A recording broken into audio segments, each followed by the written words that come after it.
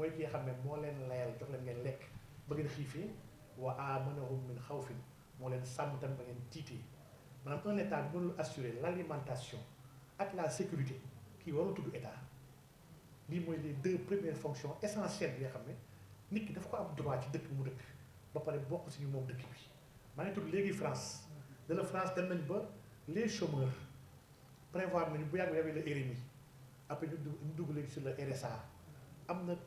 quelque 1 millier d'euros bu ñu waajal képp ki nga xam ne amul liggéey nga xam ne ni kii kat si dëkk bi la bokk lépp luy alal bu am ci dëkk bi daf ci am wàll te bu fekkee ne amul lu mu lekk ak lu mu naan mën na andil gàllankoor ñeen ñi nga xam ne ñu ngi dund fii di am teraanga donc pour protéger les autres de kii sax dañ ko war a compal tuuti ci amuñee pour mën ko jox mën a dund maanaam am une vie décente lekk naan faju lii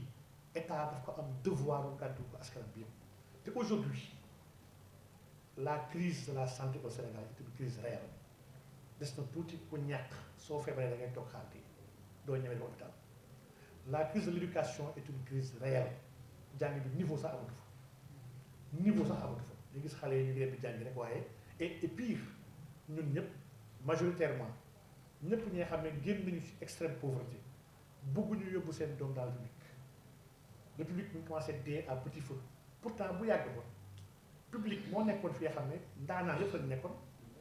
buñ ne woon sax diw dañu ko fayal dans le langage koñ ba mooy que kii dañu koo dàq wala mënul jàng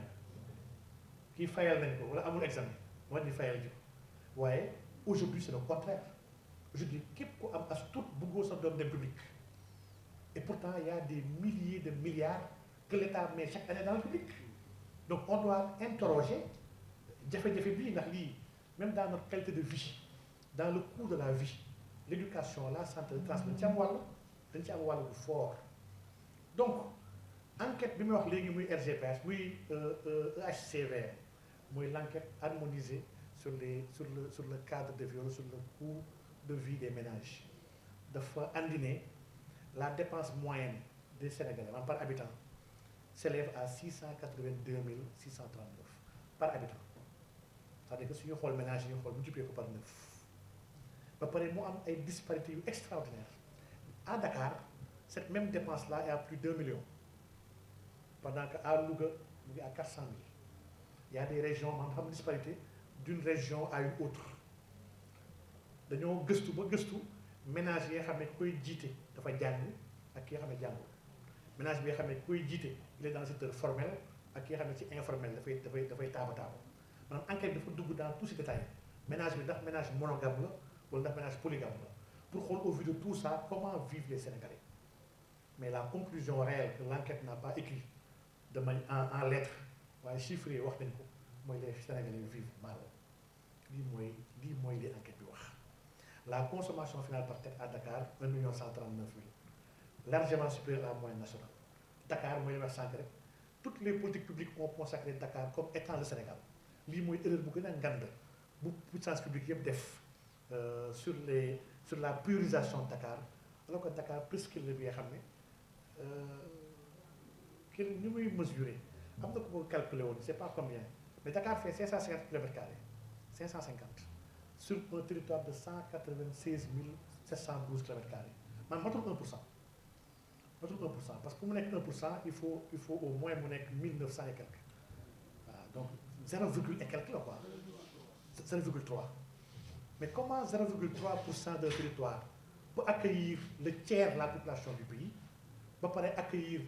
80% des investissements publics de l'État ba pare concentrer l'autre 75% des entreprises d'un pays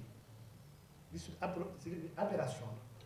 les libéraux les socialistes ñëpp ils ont parlé de la macrocéphalie de Dakar personne n'a essayé de changer ça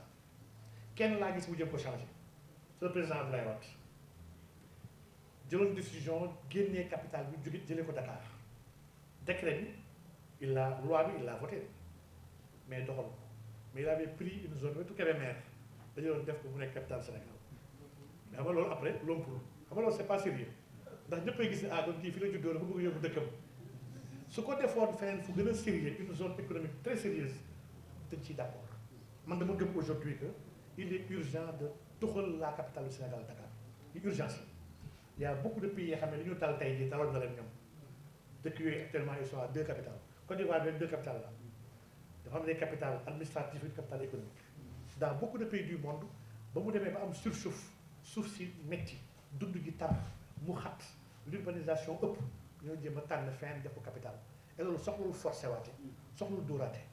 quand l'état décide ne man tànn naa cette zone man sama xalaat nag man dama tànn zone bi rek ginnaaw Kaolack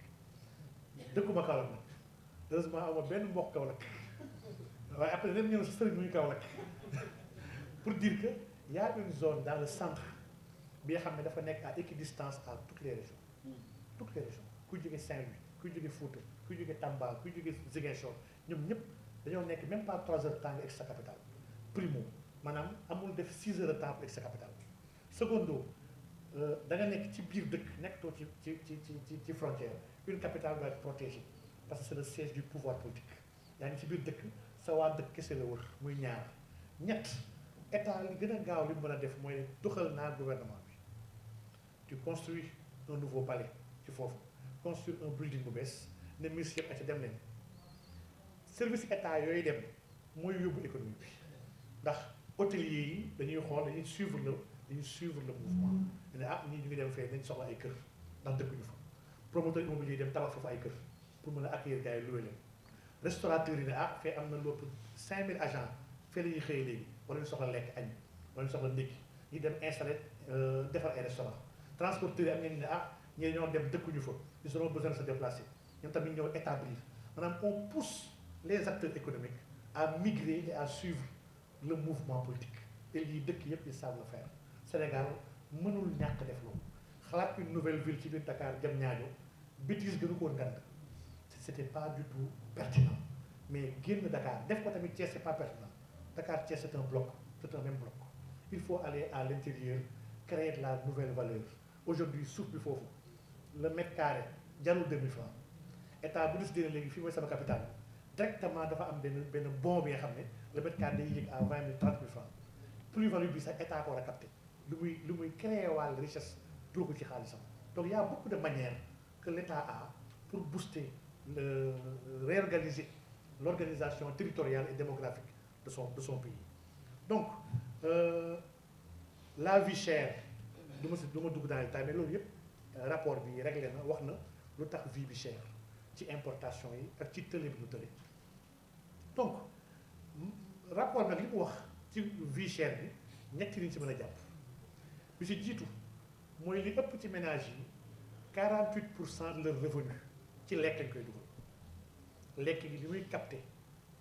si revenu yi moo ëpp après lekk yi